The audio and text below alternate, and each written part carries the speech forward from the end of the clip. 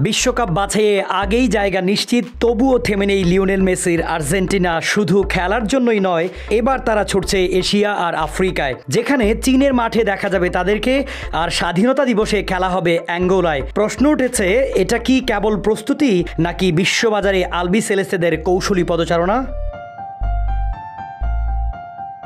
2026 বিশ্বকাপের মূল পর্বে আগেই জায়গা নিশ্চিত করেছে বর্তমান বিশ্ব চ্যাম্পিয়ন আর্জেন্টিনা। যদিও এখনও দক্ষিণ আমেরিকা অঞ্চলে তাদের 5টি বাছাই পর্বের ম্যাচ বাকি, তবুও জুন ও সেপ্টেম্বরে সেই ম্যাচগুলো খেলে ফেলার পর বছরের বাকি সময়টাকে কাজে লাগাতে চায় আর্জেন্টাইন ফুটবল অ্যাসোসিয়েশন AFA। এ লক্ষ্যে চলতি বছরের অক্টোবর ও নভেম্বরে এক ভিন্নধর্মী সফরে যাচ্ছে মেসির দল।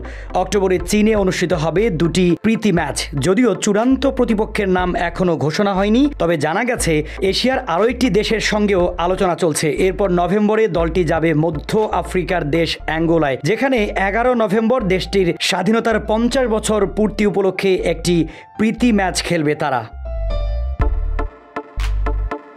আর্জেন্টিনার স্থানীয় সংবাদ মাধ্যম OLE ও টি-ওয়েজ স্পোর্টস জানিয়েছে, এ নিয়ে ইতিমধ্যে বৈঠক হয়েছে দু দেশের ফুটবল কর্মকর্তাদের মধ্যে। অ্যাঙ্গোলার ফুটবল প্রধান ফার্নান্দো আলভেস নিজেই ইঙ্গিত দিয়েছেন, সবকিছু ঠিক থাকলে মেসিকেই দেখা যাবে লুয়ান্ডার মাঠে।